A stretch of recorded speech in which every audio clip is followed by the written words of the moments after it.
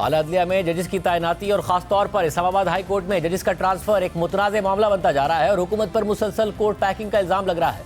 पहले Islamabad high court के जजेस ने ट्रांसफर के खिलाफ खत लिखा और फिर रिप्रेजेंटेशन भेजी और अब सुप्रीम कोर्ट के 4 जजेस ने सुप्रीम कोर्ट में तैनातियों के लिए 10 फरवरी को बुलाया गया जुडिशल कमीशन का इजलास उस वक्त तक मौखर करने का मुतालबा कर दिया है जब तक 26वीं आईनी तरमीम और इस्लामाबाद हाई कोर्ट के जजेस की सीनियरिटी का फैसला नहीं हो जाता। इसके अलावा इस्लामाबाद हाई कोर्ट के जस्टिस बाबर सत्तार ने chief justice Islamabad high court Aamir Farooq को 6 सफ़ात पर मुश्तमिल खत लिख दिया है जिसमें ट्रांसफर शुदा जजेस की सीनियरिटी लिस्ट जारी करने पर तहफ़्फ़ुज़ात का इजहार करते हुए हाई कोर्ट एडमिनिस्ट्रेशन कमेटी में तब्दीली को भी गैर कानूनी करार दे दिया है और कहा है कि बगैर हल्फ उठाए ट्रांसफर शुदा जजेस को कमेटी में रखना गैर कानूनी है। इन जजेस को हल्फ के बगैर जुडिशल और इंतजामी काम के लिहाज से इस्लामाबाद हाई कोर्ट का जज ही नहीं कहा जा सकता।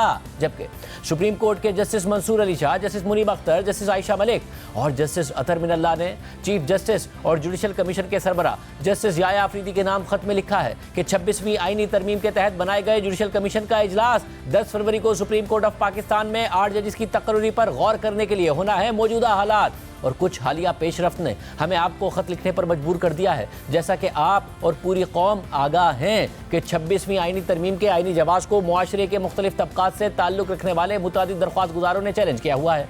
अगरचे इब्तिदाई दरख्वास्तें तरमीम होने के तकरीबन फ़ौरन बाद ही दायर कर दी गई थी, जिसके बाद मुकदमात की तादाद में तेज़ी से इजाफा होता रहा, लेकिन ये मामला इल्तवा का शिकार रहा और फिलहाल सुप्रीम कोर्ट के आईनी बेंच के सामने है, जिसे 26वीं आईनी तरमीम के जरिए ही तश्कील दिया गया है। मुख्तलिफ वजूहात की बिना पर इन चैलेंजेस को फुल कोर्ट की सतह पर फ़ौरन निपटाने की ज़रूरत है और इसलिए उन्हें पहले ही सुना जाना चाहिए। फुल कोर्ट बुलाने की दरख्वास्त हम में से कुछ जजेस पहले रिकॉर्ड पर ला चुके हैं, ताहम मामलात आईनी बेंच को भेज दिए गए, जहां काफ़ी ताख़ीर के बाद पहली बाज़ाब्ता समाअत हुई। अब नए जजेस की तकर्री के लिए इजलास आईनी बेंच के सामने इन मामलात की अगली समाअत से पहले ही हैरत अंगेज़ तौर पर उजरत में बुला लिया गया है।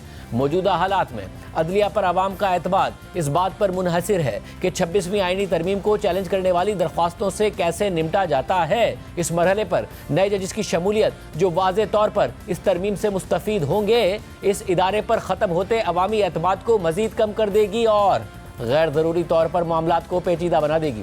अगर जजेस की तैनाती के लिए इजलास होता है तो जो पेचीदगियाँ पैदा होंगी वो ये हो सकती हैं कि अगर आईनी बेंच दरख्वास्तों को कबूल कर लेता है और 26वीं आईनी तरमीम के मुकदमात को सुनने और फैसला करने के लिए फुल कोर्ट को बुलाने की हिदायत करता है, तो ये सवाल पैदा होगा कि इस मकसद के लिए फुल कोर्ट में कौन कौन शामिल होगा। इसकी वजह यह है कि अगर उस वक्त तक 8 नए जजेस ने ओहदा संभाल लिया तो ये एक गैर मामूली सूरत हाल पैदा कर देगा। फुल कोर्ट में नए जजेस शामिल होंगे लेकिन वो खुद 26वीं आईनी तरमीम के तहत आए हुए होंगे। ये दूसरी बातों के साथ साथ कोर्ट पैकिंग के बारे में अवामी तासुर को जन्म देगा, जिससे मुल्क में इंसाफ के आला तरीन इदारे की गैर जानिबदारी और आज़ादी के हवाले से इमेज को शदीद नुकसान पहुँचेगा। दूसरी सूरत में फुल कोर्ट में इन मकासद के लिए सिर्फ इस अदालत के वही जजेस शामिल हो सकते हैं जो 26वीं आईनी तरमीम के निफाज के वक्त ओहदे पर थे। लेकिन कुछ लोग इस पर भी ये बहस कर सकते हैं कि ये फुल कोर्ट नहीं होगी और ये दावा कर सकते हैं कि बदले हुए हालात में ये फुल कोर्ट 26वीं आईनी तरमीम पर गौर करने के लिए बिल्कुल नहीं बैठ सकती है। ये इकदाम एक बार फिर कोर्ट पैकिंग का तासुर पैदा करेगा। हालांकि इस बार नुक्ता नज़र मुख्तलिफ होगा, यानी फुल कोर्ट को बैठने से ही रोक देना, जिससे इदारे पर आवाम के एतमाद को मज़ीद ठेस पहुँचेगी। इसका नतीजा ये हो सकता है कि एक ऐसा नागुज़रियत का तासुर पैदा किया जाए कि 26वीं आईनी तरमीम के मुकदमात की समाअत सिर्फ आईनी बेंच के जरिए ही की जा सकती है। इससे उन मनफी तासुरात को तक़वियत मिलेगी जो बदकिस्मती से पहले ही अदालत के गिर्द घूम रहे हैं। इसलिए हम पूछते हैं कि अदालत को इस पोजीशन में क्यों लाकर खड़ा कर दिया गया? अदालत की तज़हीक में किसका एजेंडा और मफादात हैं? अदालत को एक ऐसे मखमसे में क्यों डाला जाए जिससे बचा जा सकता है? क्या ये ज़रूरी नहीं है कि नए जजेस की शमूलियत के मामले का सरेनो जायज़ा लिया जाए और फिलहाल उसे एक तरफ रख दिया जाए? अदालत को अपनी सालमियत और साख को बरकरार रखने के लिए फुल कोर्ट की तश्कील पर गौर करना चाहिए और जजेस तकर्री के लिए इजलास के इनेकाद से इसका इम्कान ख़त्म नहीं होगा तो बड़ी हद तक कम ज़रूर हो जाएगा। फुल कोर्ट की तरफ से कोई भी फैसला अगर नए जजेस की शमूलियत के बाद तश्कील दिया गया तो वह अवामी एतमाद बरकरार रखने में नाकाम हो सकता है। मौजूदा हालात में वाहिद काबिल अमल हल और ऑप्शन इजलास को मुलतवी करना है। बदकिस्मती से इजलास के हवाले से हमारे खदशात यहीं ख़त्म नहीं होते हैं, क्योंकि इससे मुताल्लिक एक और पहलू भी है जो गौर तलब है। यह आइन के आर्टिकल 200 के तहत 3 मुख्तलिफ हाई कोर्ट से। इस्लामाबाद हाई कोर्ट में 3 जजेस के हालिया तबादले से मुताल्लिक है। हमने तबादले का हुक्म देखा है जो सदर मुमलिकत ने अपने अख्तियार के तहत जारी किया है। आइन के आर्टिकल 200 की शिक नंबर 2 वाज़े तौर पर जजेस के ट्रांसफर की मुद्दत के बारे में बताती है, यानी ट्रांसफर मुस्तकिल नहीं हो सकता, ये सिर्फ आर्जी हो सकता है और इसे मुद्दत का पाबंद होना चाहिए। लेकिन ज़ेर बहस मामले में कोई मुद्दत मुतय्यन नहीं की गई, जिसका मतलब यह हो सकता है कि ट्रांसफर की आईनी बुनियाद ही मशकूक है और किसी भी वक्त ट्रांसफर ऑर्डर वापस लिया जा सकता है। ट्रांसफर शुदा जज की हाई कोर्ट में सीनियरिटी उस हाई कोर्ट के जजेस के बाद होगी।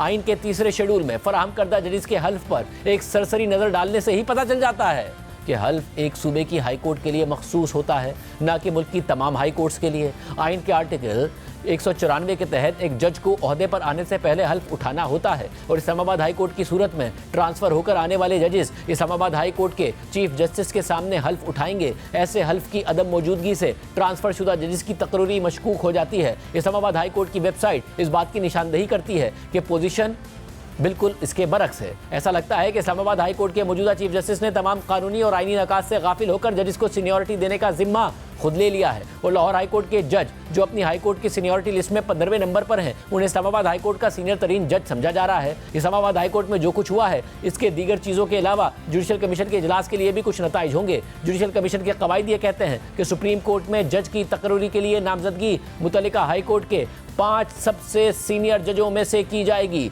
जुडिशल कमीशन सेक्रेटेरिएट की तरफ से 27 जनवरी को भेजे गए खत में भी इस पोजीशन की अक्कासी करते हुए इशारा किया गया है कि 5 सीनियर तरीन जजेस को 8 नई तैनातियों के लिए नामजद किया जाएगा। अब लाहौर हाई कोर्ट के जज इस्लामाबाद हाई कोर्ट के सीनियर जज होने की वजह से सुप्रीम कोर्ट के जज के तौर पर नामजदगी और तकरीरी के अहल हो गए हैं। ये कैसे हो सकता है? एक ऐसा जज जो अपनी ही हाई कोर्ट में इस तरह के किसी भी तरह की तैनाती का अहल ना हो, अचानक और आईनी तौर पर मशकूक और ऐबदार ट्रांसफर के नतीजे में सुप्रीम कोर्ट के लिए अहल कैसे हो सकता है? जो काम बराह रास्त नहीं किया जा सकता वो बिलवास्ता भी नहीं किया जा सकता। मीटिंग में ज़ेर गौर उम्मीदवारों की फहरिस्त आईनी तौर पर नाकिस मालूम होती है, क्योंकि इसमें एक ऐसा जज भी शामिल है जिसे वहाँ नहीं होना चाहिए और वो जज इस फहरिस्त में शामिल नहीं है, जिसे इस्लामाबाद हाई कोर्ट के 5वें सीनियर जज की हैसियत से उसमें होना चाहिए। उम्मीदवारों पर कानूनी तौर पर जायज़ तरीके से गौर करना मौजूदा हालात में मुमकिन नहीं है। लिहाजा हमारी ये दरख्वास्त है कि जुडिशल कमीशन की तरफ से सुप्रीम कोर्ट में 8 नए जजेस की तकरीरी उस वक्त तक मौखर कर दी जाए जब तक कि 26वीं आईनी तरमीम को चैलेंज करने का किसी न किसी तरीके से फैसला नहीं हो जाता, या कम अज़ कम आईनी बेंच इसकी समाअत करने के लिए